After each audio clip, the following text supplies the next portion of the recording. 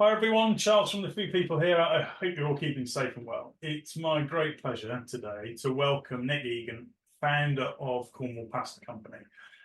And guess what? We're going to be talking about pasta, but not just any pasta. We're going to be talking about organic, regenerative pasta, pasta production and pasta shapes and flavors, as well as Nick's fascinating and inspiring journey, and also a bit about just being an entrepreneur. So welcome, Nick, to the Food People in Conversation with. Thank you, Charles. Good to be here. Thanks for the invite. At the Food People, we're very clear about why we do what we do. We're champions of change driven every day by our intent to shift the future of food and drink by harnessing the power of trends. And this series is all about talking to people and brands and businesses and entrepreneurs across the spectrum of food and drink to find out more about why they do what they do and how in their way they're shifting the future of food and drink. So Nick, it's brilliant to have you here today. I'm a personal fan. I love the product, followed your journey, and it's great to have you here, having reached out on Instagram and had a chat and seen you at shows and all that kind of stuff. So yeah, I'm really looking forward to getting into the detail. Let's start with you, and yeah, I mean, who are you? What do you do? Well, for those of you that don't know me, my name's Nick. I'm sure you've seen some of our vids on Instagram, which is just at Cornwall Pasta. So my name's Nick. I'm the founder of Cornwall Pasta Co. We are a British organic pasta company, and I guess we specialise in seasonal and specialty pastas. We use unique organic ingredients which we put through the pastas, ingredients that you don't really find every day. Yeah, cool, excellent. We're going to talk a bit about some of those ingredients, and you've just told me you've got a freezer full of truffles, so that's very exciting. Which is a mistake, actually. Yes. Look, before we talk about pasta, look, you haven't always made pasta. You've had, I think, a really inspiring and interesting journey, and we could, I'm sure, talk about that throughout the whole podcast. But just give us a bit of a potted journey about how you've got to this point. Yeah, sure. So, well, my journey started when I was a boy. Actually, I was 13 years old, and I took my first job as a waiter at the beginning in a city centre cafe in York. Right. I was soon moved into the kitchen, but we will not go into that. I left the cafe floor to go into the kitchen, and that's where I really found my place. It was I was picking smoked chickens, I was cooking breakfasts, and actually by the age of 15 I could run the cafe. I took some time out of school when the chefs went on holiday, so I was, from a very young age, I was pretty hands-on, and actually I was pretty good at, for my age, what I could achieve. So the cafe in those days, we used to make everything from the scones to the salad dressings. It was more of a bistro model, I guess. Yeah, okay. That led me on to being quite a young head chef of, at the time, the best restaurant in York, where I started age 16 and left age 21, and I've been head chef for 3 years. Yeah.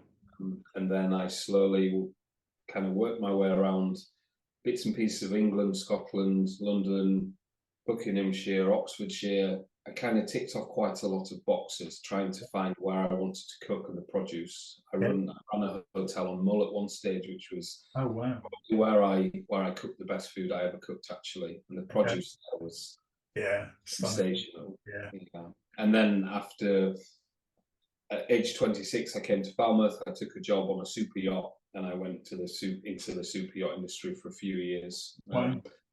Lastly, working on, at the time, the biggest privately owned vessel in the world. So it was quite phenomenal. And we were based, I was based in Monaco. And then I came back to start a business, and I picked the place that I loved the most, which was Cornwall, and here we are. Amazing. I mean, I bet within all of that, working on super yachts, there's probably a whole lot of stories in there which we probably won't get to cover today, but what a fascinating world. But I'm guessing at some point what was that sort of epiphany moment where, how do you go right from being a head chef on one of the world's largest privately owned super yachts to starting Cornwall Pasta Company. I'm guessing there was some moment or a series of moments where you went, that's it. What tell us about that. I ran I kind of set up previously. So from 26 onwards, my base became Cornwall. Yeah. And at one stage, I set up for a year or so. I set up a small outside catering company because I wanted to work in the kitchens, do something which I thought was fun. It was relatively successful. We had a pitch at the university, but it wasn't doing what I wanted it to do. So I ended up back on the boat, back at sea, to earn some cash, and then I came back again with the intention to set up a business, not knowing what the business was. Yeah. Anyway, long story short, in lockdown I realised that there was a shortage of pasta in the UK, as we all did. Yeah, quite profound that actually roughly 98% of all pasta was imported. I kind of thought, well, surely there must be a British producer, and at that point there wasn't. So I started producing I was looking after a hotel for an old boss of mine, an empty, derelict hotel without guests, which was good for the first few weeks, but after a while it took its toll, not just on my body, but on everything. I got a pasta machine from Jamie Oliver. Right. We quickly upscaled, not to any kind of size, but we were working in effect in a back room, and we were producing dried pastas for several businesses. Okay. And it just became a snowball effect, and just became people were contacting us. They'd heard about the pastas. And in those days we were producing an organic beetroot and a wild garlic, and we were selling out in some cases we were selling out in an hour in the stores. And from the beginning we were always using organic ingredients, and I'd sourced a plastic-free, what would look like a plastic bag to put the pasta in, which was actually made from wood pulp. It was a cellulose. So we've always, at the core of this business, it's always been to look after the environment, stick to my own personal ethos, and produce food that's not just the best quality we can buy, but also organic, so that we know we're doing the right thing by humanity and the planet. So just, I guess, characterize at the top level, what is it that the Cornwall Pasta Company does? I mean, obviously you make pasta, but beyond that, just tell us, just a bit more about that. And I'm really intrigued as to, I guess, a bit of the deeper meaning, the sort of purpose behind it, a bit of the why. I think that's a lot of what this podcast is about, is sort of getting beneath that. I get you want a commercially successful business, and we all do, but beyond that, what's your kind of your deeper reason, I suppose? A job so just to rewind, say, I think it was 2014, I took an online course in nutrition. Yeah. I've kind of always been an advocate for organic, and I've always, from my chefing background, always been keen to look at what goes into food and ingredient lists, etc., because it's part and parcel of the role.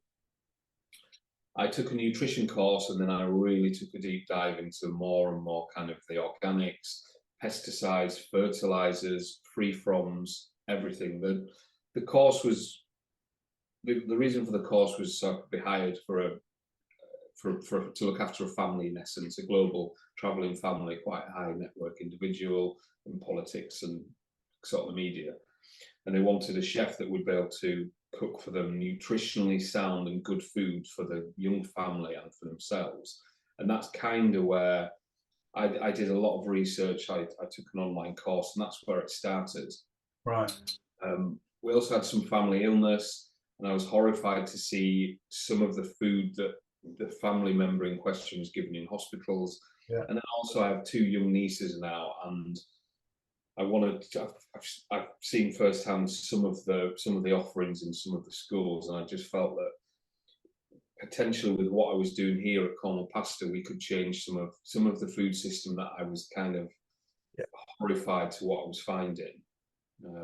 bad quality, frozen food, full of E numbers, full of chemicals, full of carcinogens, sprayed with chemicals and carcinogens, which is legal. And that's kind of my own personal goal. I'd like to change the sector where possible, slowly but surely, with I guess with schools, hospitals, educational facilities. There has to be a better way for us to eat, but we need to bring the price down. But we also need to educate in the process of doing so. Yeah. So we need to, in effect, go back so we can go forward. Yeah. Like, I'm not the first person to say this. The Soil Association's been running for a long time now. It's not new what I'm trying to do. Others have tried to do it in the past, but I feel we've got a really good opportunity now, because it feels like the world is listening slightly more, certainly in the UK, as to how we farm and what we need to do to change that.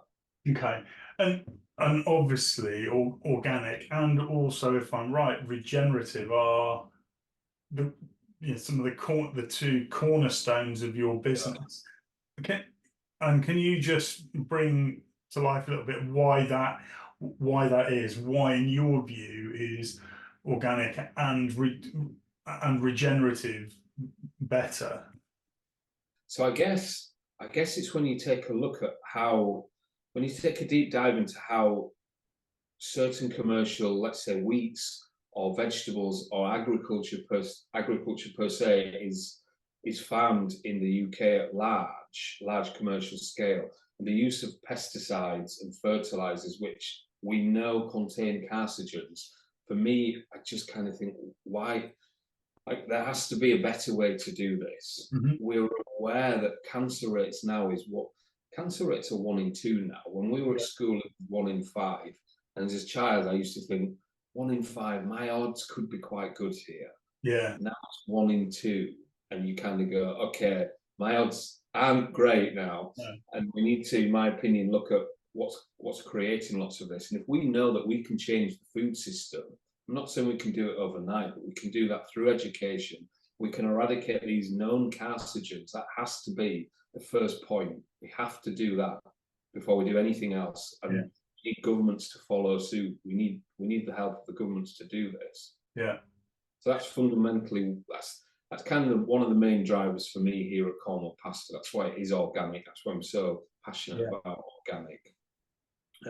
Regenerative really for us kind of falls under the umbrella of organic. Yeah. Although regenerative is a little bit of a buzzword now, and it's already been, it's already found its place on some TV commercials, which is a little bit of greenwashing already happening with the word regenerative. But for us here, regenerative really falls more onto organic farming principles and methods. Yeah. How would you describe, because you're right, I mean, it's very much talked about. It's unlike the organic standard. It's difficult to, or it's more challenging to define. There isn't a mark or a unified standard. What does regenerative mean when you're working with suppliers and purveyors of ingredients, and obviously you're looking for those that come from regenerative sources? So what does that kind of mean for you?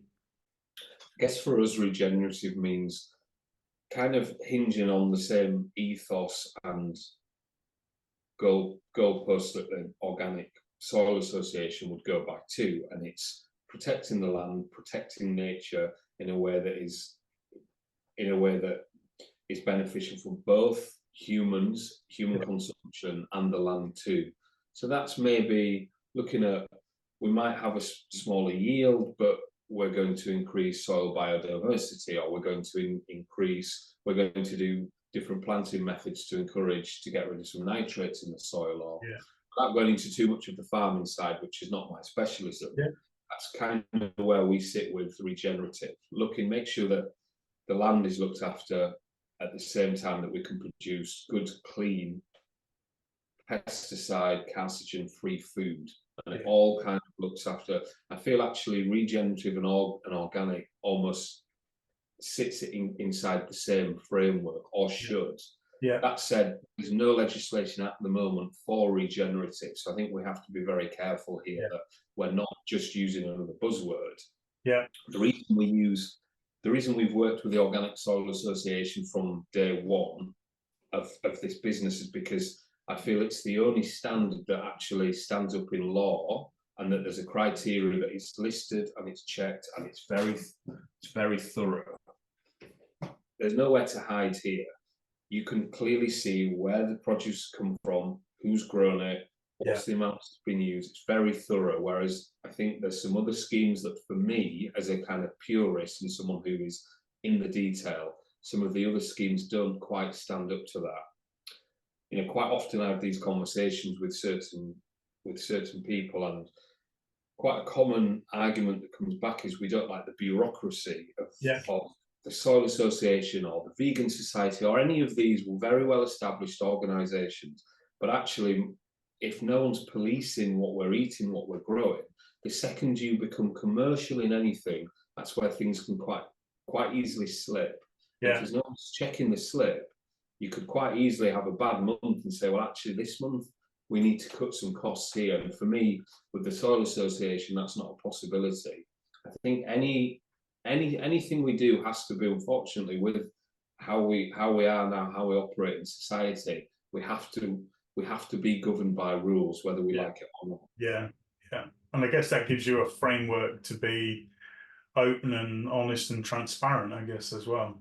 Yeah, I feel it is. I feel, you know, I'm not here as an advocate. I'm not here to promote the Soil Association, but the work that they do, is very lengthy. It's very detailed, and it does exactly what it says on the tin. It's pure, whereas some other growing practices aren't, and that's where, for me now, that's what I think we need regulation. I think the word regenerative also needs some kind of legislation to protect it, or we need a set of framework. The government are working on some, but at the moment there's no date set for the framework to be, or the legislation to be even looked at properly, in my opinion.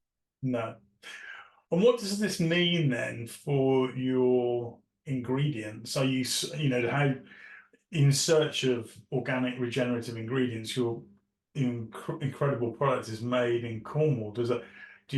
Are you able to source what you need relatively locally, or does that mean you have to go, far afield for those ingredients? At the very beginning, when we started, we were some people in the industry will know this. We were caught up in a global cardboard shortage. Right. Actually, with our new packs that were delayed by nearly a year to launch, Heinz and Amazon took the last of our Cyber XL board to the UK. And from my background, I just presumed that cardboard would be produced here in the UK, which actually is not the truth. So I sourced one mill, and I was there's only actually one cardboard mill in the UK, and I was told that we could probably work with them in 15 years' time, because the backlog was so immense. Wow. But now we're looking up with a new range that even our packaging is British. Yeah. So to go back to the ingredients, the cardboard itself is British. The design is done here with the team in Cornwall. The wheat is all from the southwest. Really? So as far up as Gloucestershire, but it's as tight as I can get it to where we are here. Yeah. But we do now, because we've grown quite quickly over the last 3 years. We are starting to find, so some of our beetroots were coming from Suffolk, for example. Ordinarily at the beginning, it was literally over the road, which was fantastic. I mean, at the very beginning, it was homegrown, because we were doing 10 portions to the local store. So it was easy, and that was tougher. But I guess what we do here is we are, in essence, we're an organic British pasta company. Yeah. So as local as possible, within reason. We've actually, this year, about 3 weeks ago, we planted some whole grain varieties with an organic farm in Devon. Wow. So that's going to be quite interesting. Yeah. Yeah, fantastic. But fingers crossed, because yeah, the weather's not favourable at the moment. That said, it might just be a late harvest. Yes. Yeah, we're at the hands of the weather gods, I'm afraid. Absolutely, not something that anyone, any of us can control, sadly. Well, I want to talk in a moment just a little bit about, because your pasta's incredible, and there's a real interesting, it's kind of culinary flavor element to your pastas. But before I want to talk about that, obviously you already mentioned it, you were a chef before you were a master pasta maker. So how has that stood you in good stead for founding Cornwall Pasta Company? I could not, if I hadn't have done what I've done previously in my career, there's absolutely no way I would be able to do this. No. So I started this, part of the journey was, and I was always horrified as a chef abroad to find coloured pastas, and I always thought, why have we got 0.02% flavouring in here or colouring? Why can't it actually be spinach pasta? Why does it look up? Why does it look an off colour? And then I see the spinach. Why are you only putting such a weak percentage? And then knowing as a chef, actually spinach grows in abundance, very cheaply, very easy to produce. I kind of thought you could really do this a lot better, and you could make real wholesome flavoured pastas. Yeah. Actually, I used to make handmade pastas in kitchens for over 20 years now, 25 years, I think it is. We're making fresh pastas, and I always used to try and get as much flavour into those pastas.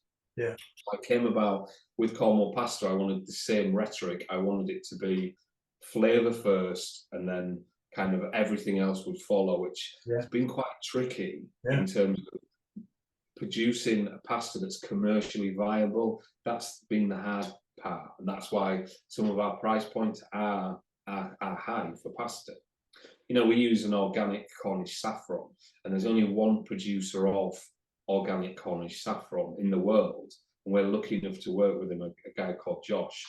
Josh Little, his name is, and quite a small production, everything by hand.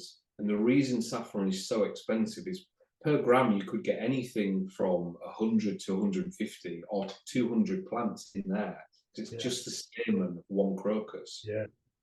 And so the work that goes into there, it's backbreaking. You've got guys and women picking at the right time of the year, so you've only got a 4 to 6 week window.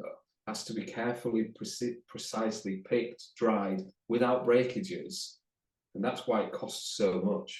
But that's why, in my opinion, it's the best saffron that I've ever found anywhere. You know, there's some beautiful fields in Iranian saffron is really beautiful, but the stuff here, it's almost purple. It contains such good flavour, such good colour that it goes. It's not even as red. It goes into more of a purple colour, and it's such an amazing product. It is. Well, the thing that really struck me as well is that often you associate saffron with colour or squid ink with colour, but it's the flavour. And you mentioned flavour there.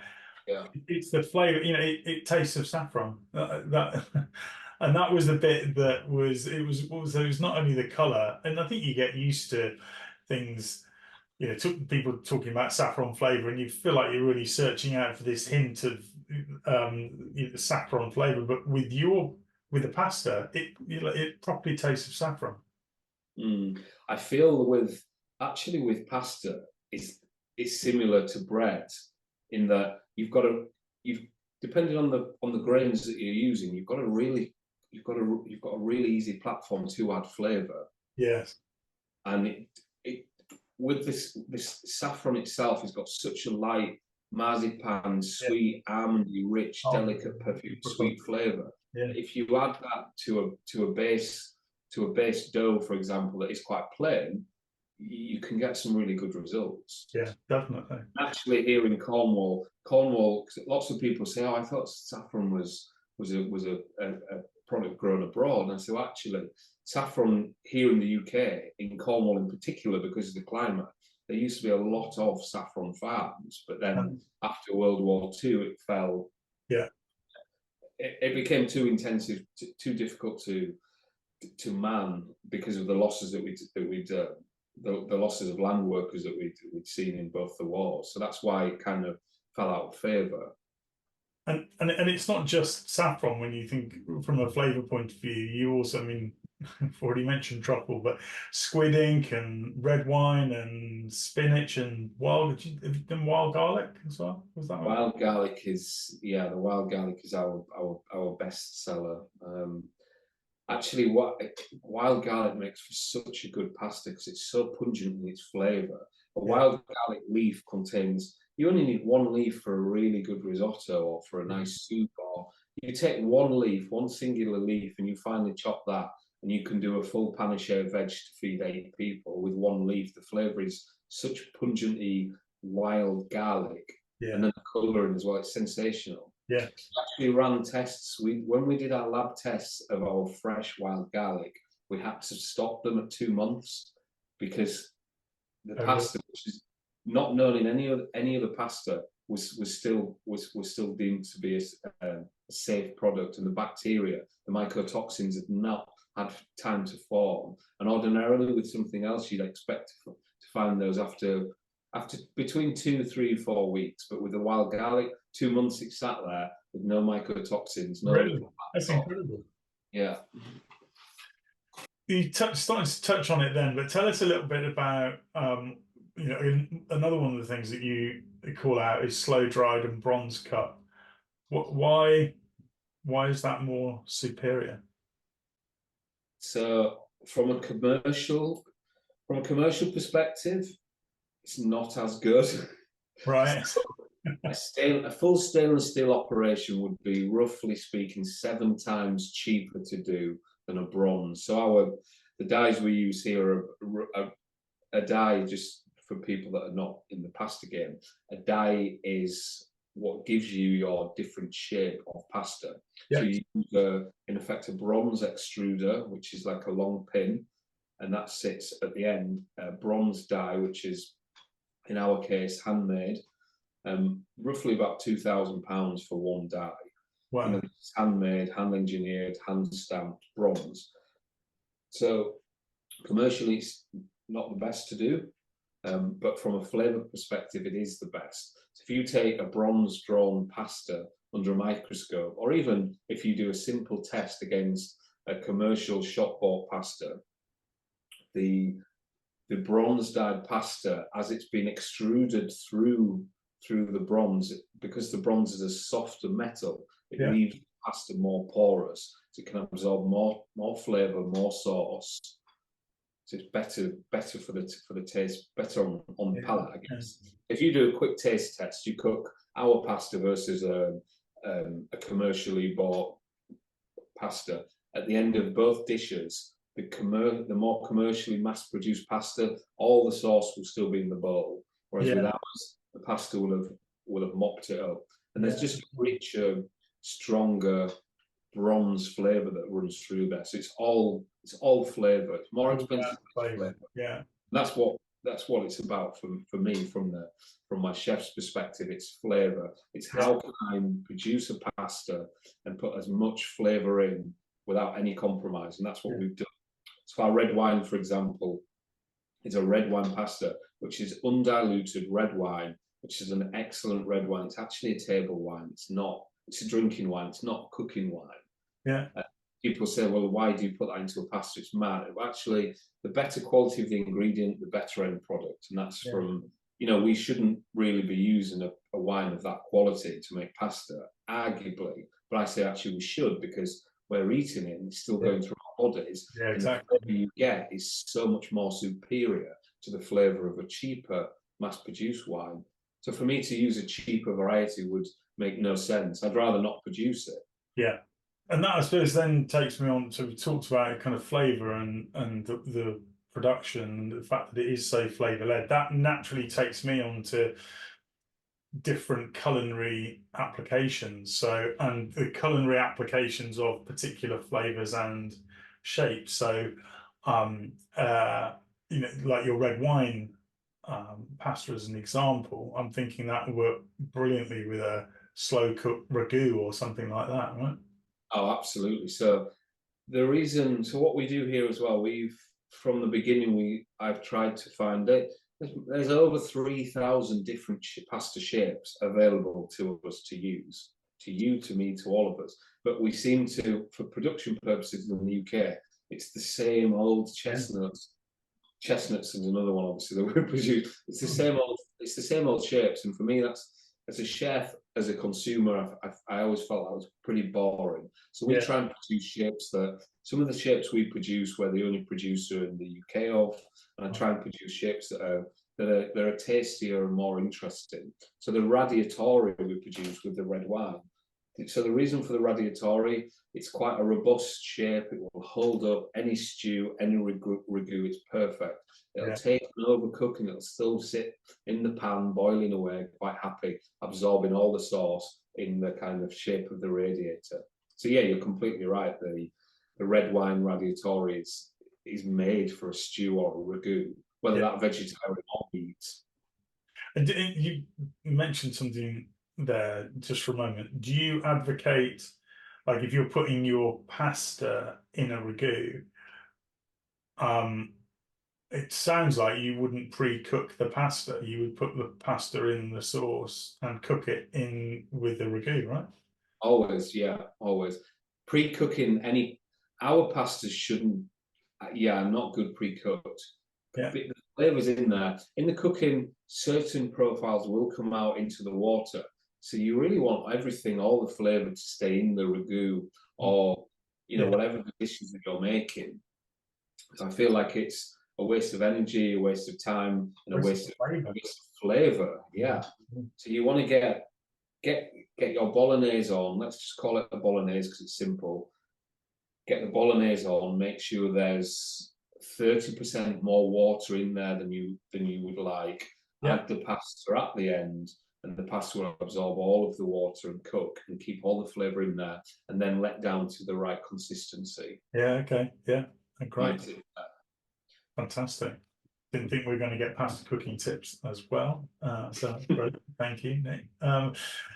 One of the things that really struck me in a couple of different touch points of your brand, one on the shelf, so you're stocked at Darts Farm just down the road from me, so I've seen it there, but also in your kind of communication on social, on your website, your pasta is beautiful, and I feel like you really showcased the beauty of pasta. Is that something that happens by accident, or actually do you feel it is has a certain beauty about it? Well, both, yeah. Both, I guess. From the beginning, because our ethos from the beginning, this didn't start as a company. This started as me helping in lockdown to feed mainly the elderly community that had no pasta, that used the local stores here in Cornwall. So it actually started with the community in mind, and with my ethos that we needed to help the planet and the environment. So the packaging we used to use was the wood pulp. That's what I could get at that time. Yeah. So it was tick the boxes for the climate, and actually it showcased our pasta very well because I was producing really bright, vivacious, flavoursome beetroots, chilies, wild garlics that were popping in colour. Yeah. Store owners, certain stores, Mr. Scorsese in St. Mawes, he said, people come in here and they're a little bit mad sometimes. They're multiple grabbing your pastas because it's so colourful. It looks so delicious. And he introduced me to a customer, and she had 4 or 5 in her basket. And it was kind of, okay, right, this is working really rather well. But to go, so the beautiful flavours of the pastas, which comes through with the colourings, obviously does sell itself. And when we moved over to our new boxes, we worked with a really good design agency, and we wanted to produce something that was, I kind of took inspiration from what some of the leading fashion houses would produce. If you see or buy, without naming the brand, a branded wallet from any of the fashion houses, any of the British fashion houses, it would come in such ornate packaging that the packaging was almost better than the product. And I used to think that's kind of, that's what we could do here with food. You can make it look so appealing and so beautiful that you know that inside should match that expectation. So the outside packaging has to be the same, but it also has to tick our boxes. So we need to use water-based inks. The window in the front of the packaging isn't made from plastic. This is made from an acetate, so this melts down. In sunlight, this will melt. Under the tap, it will melt. Yeah, okay. And then the bronze that we use here, which represents the bronze extrusion, is real bronze. So actually our packaging here is home compostable too. So it's cardboard, made in Britain. It's fully home compostable, plastic free, water-based inks, bronze that will melt back to the earth. Wow. But that does come at a cost though as well. But we wanted to be, at the time, I wanted to be kind of leading the way in packaging and products, because I wanted to show actually you can make a product that looks, feels and is the best for the environment and be a high-end product. There's no corner cutting here, and that's what we've been able to achieve. I think the other thing is that it is you're making pasta an iconic and integral part of a dish, not just a carrier. I think very often pasta is used as a carrier for sauce, or it's a substrate for something bigger and greater and more impactful, whereas you're doing something that's different, that allows the pasta to be integral and elevated within the overall dish, and it denotes specialness as well. I mean, I know from my own experience of buying it, if I bought a pack or a couple of packs and I go home and I'll put it on the kitchen top, and my wife and kids are all like, oh hello, there's something a bit special happening tonight or tomorrow or whatever it is. It's taking pasta, because pasta's so everyday, but it's taking it to, or certainly those parts of your portfolio are taking pasta to a new space. That's what I wanted to do. I wanted to almost change a little bit of a narrative that I found growing up, and I found in kitchens, not just with the pasta itself, but also with organic, that organic kind of was this people wearing straw hats, a little bit unwashed feel. And I'm not trying to insult anybody when I say this, but I felt that organic sometimes has a stigma attached to it. Actually, it doesn't have to be, nor should it be. It should be the best version of the foods we're eating and should be organic.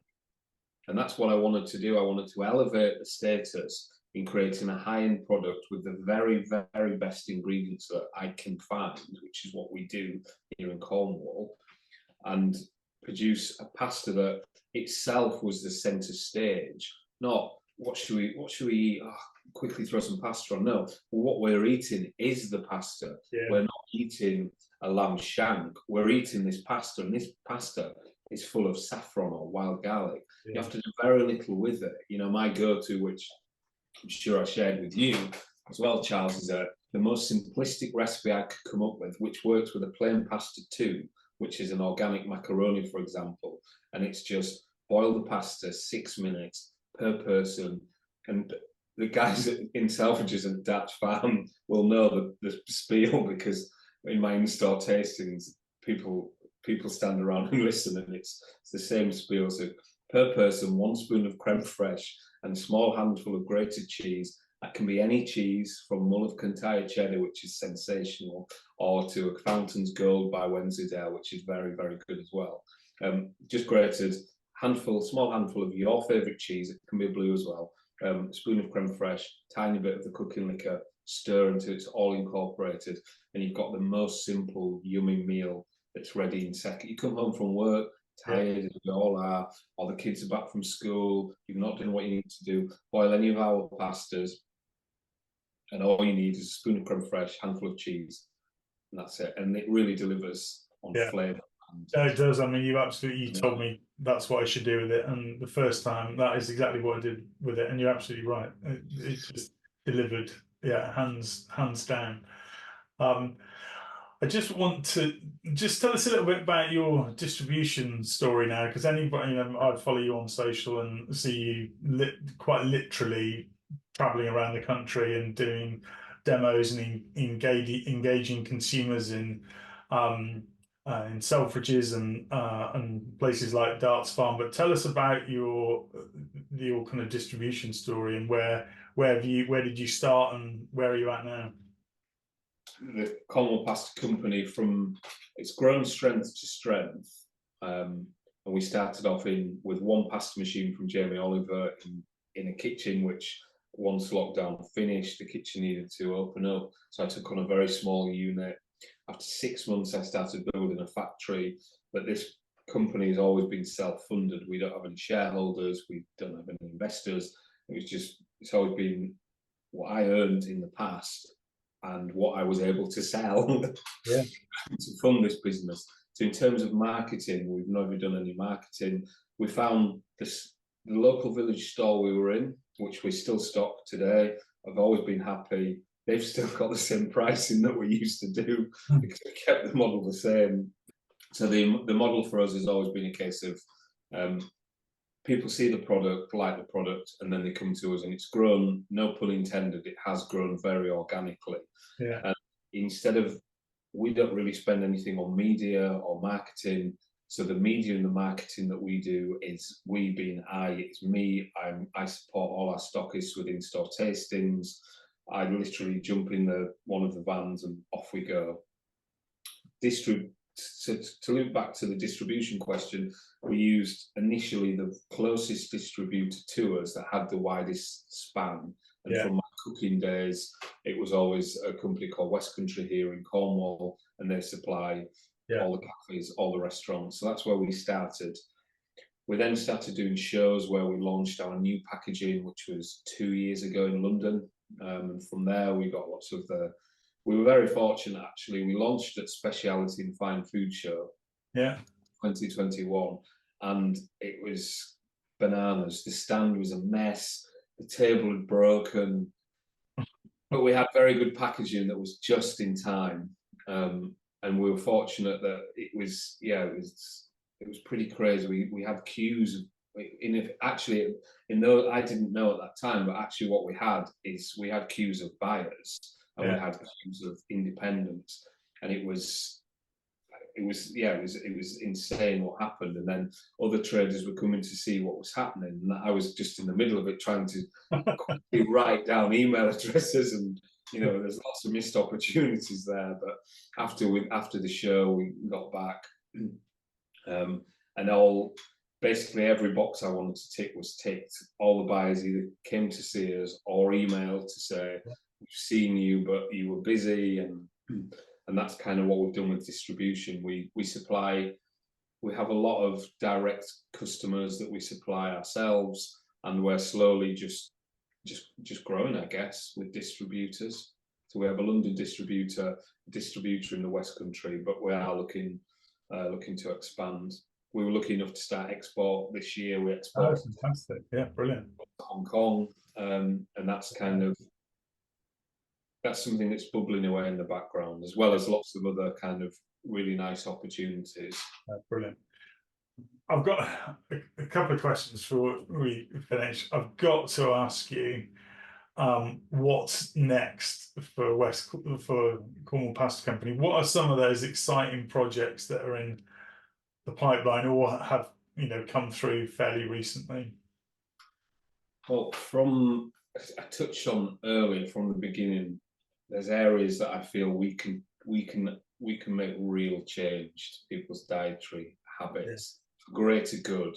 Schools is a huge one. Schools, and I did touch on this earlier. The French model is very good for schools, and this is what we need in the UK. We need to be feeding our children the best, most nutritious food we can, so that their brains work better, they can absorb the information given to them, and physically they are healthy. And that has to start with the food that they're eating. And so we need to start, where possible, organic, but more veggies, move away from these frozen food companies that are actually more expensive than going back to basics. So that's one of the exciting projects that we're starting to take on some schools contracts now. Yeah. Working with an organisation called Chefs in Schools in the future. Yeah. And these are teams that go into schools, either retrain or help with recruitment. And the drive is for fresh, healthy food for kids in schools, and that's what we need to do. But we need to do it through education. Yeah, absolutely. And actually, like I just said, you can save the schools money in the process here. Yeah, yeah. It's a model that works. So that's one of the exciting things that we're looking at. We're looking to start pretty much ASAP. Yeah. We're going to start moving into universities. So I guess at this stage we're starting to move into some educational facilities, which is very exciting. I'm assuming that's with your more because obviously we've talked about a lot of the sort of more premium culinary applications, but you've also got your everyday pasta as well, right? I'm assuming, and correct me if I'm wrong, that those, getting into schools, getting into universities, is that more your everyday range of products? With schools, it will be the everyday stuff. So it'll be the macaronis. It'll be pretty basic level. Yeah. We'll be replacing wheats that are grown with GMOs and pesticides and fertilizers, which we know are carcinogens. We'll be replacing those with British organic pasta. So it'll be plain, and then the majority of the kids will be able to eat that and enjoy eating that. Long-term, a little plan would be to start introducing whole grains, because better for us and change the palates of young people, children from a young age, that they're aware that whole grain isn't just harder, and to can get children used to take the taste of better foods from a young age, we stand a far better chance of them taking the right decisions into adulthood, which will reduce the overall costs of the NHS, and their health will just be so much better. Yeah.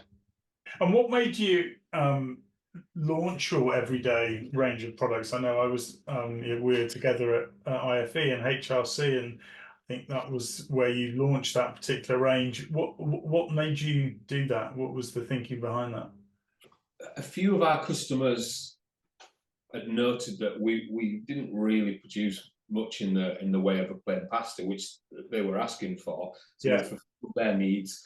And then also, not everybody is as savvy or as skilled in the kitchen, so we felt we were missing a trick, not offering more of a generic plain pasta, and then people could be their own chef. They could add wild garlic, or they could, because also we wanted it to be fun, and we managed to lower the price point in doing this as well. And so the pack size is actually slightly larger too. The pack size is a 500 gram, and we wanted to really kind of target the family market there.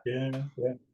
I mean, it's all incredible product, and as I've said once before, I'm a huge fan.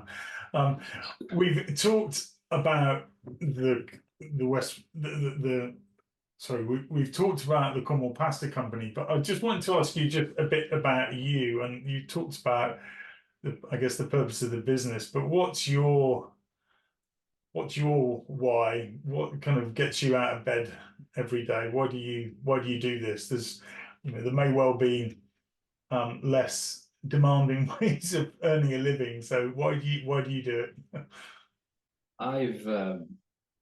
My whole life's been food now. There's been a few little changes here and there where I've left momentarily to try and do something else, but my whole life has been food. And that, I've almost been institutionalizing in kitchens. I grew up in kitchens. I grew up in hotels and restaurants, but not in the lavish, the other side. I grew up in the grit, in the trenches, doing 20-hour days. One job, I'd been hired to be a head pastry chef. We had 3 rosettes and we were going for a star. And I used to sleep above the kitchen, and I'm pretty sure I used to sleep for about 3 hours. And I'd just come back from, I was 25 then. I was cooking really good food, but I loved it. I absolutely loved it. We never got to the pub. We used to get to the pub once a week if we were lucky, because it was always closed by the time we finished at 1 a.m. because this was in Helmsley, in a village just outside of York. So Yeah. it was just, food was just my life. Even when I used to have split shifts, I used to go and watch cookery shows. I used to watch Ainsley and Ready Steady Cook, which is now Ireland. Food's just always been my life. And then I guess as I've matured and as I've gone into adulthood, I've researched more about food. I've kind of got really quite annoyed with what I'm seeing in the food industry, and that you're injecting chemicals and carcinogens, to keep going back to this horrendous word. And I just feel this is not how we should be. Humanity shouldn't be at the mercy of food companies that are producing, in effect, food products that are killing us. We should not be eating this stuff. So my ethos here is that I can change some of that, but it requires a lot of work and a lot of investment, or it used to, from me, because I have no investment left to give now. Unfortunately, everything that I could has gone in, so now this has to work. But I love what I do, and it's interesting.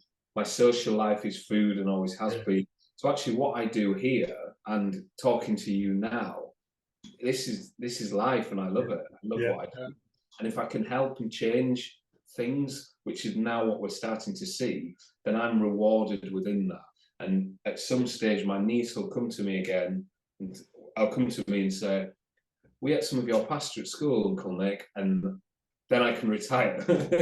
Job done. Yeah. I guess I love what I do here, and it feels right, and I really enjoy it, and it's exciting, and I get to experiment, and like we touched on before, because I made an error, I've now got truffles in the freezer, which we've not been able to start working with, so I've had to freeze them. But having frozen truffles for me to eat, it's not bad. That's actually it's a real positive that's come out of this week, because I've been so overwhelmed with work. I've not had the time to do the new product development that I'm supposed to do. So I've had to freeze the fresh truffles, but you might gain a few new friends along the way if you go. I have friends up the road who gave me tomatoes they grew last year, Harriet and Will, and they quite often get a truffle if I go around, because we've got a lot now that we need to use. What would you say you are at your heart? Are you a creative, a people leader, or a through and through entrepreneur, a problem solver, a change maker? I feel like I don't really fit into any category. I feel like I'm quite solitary, actually, as an individual. I work on my own the majority of the time. I don't like too much noise. Noise, I don't mean as in the car engine, but I mean, I'm quite a solitude type of worker, and that's what I look for. I'm quite a peaceful person. But I guess I'm a little bit of everything all rolled in. From my earlier career in catering, we were always bringing in new chefs, so I was always teaching, and that role kind of comes quite naturally to me. I felt actually when I was a boy, I used to have my own football team, so I've kind of always kind of put the leadership hat on without too much wrigglement. But it's a lot of everything. I think as an entrepreneur, you've almost got to be, I guess, haven't you? Yeah, I guess you've got to be multi-skilled in lots of different areas, which is, the stage in business where we're at now. I have to do a lot of everything, but I do enjoy doing a lot of everything too. So I'm pretty content with life. I've got to be honest, I could talk to you for hours. I find it's super inspirational, and I'm certain that in conversation with audience will feel exactly the same.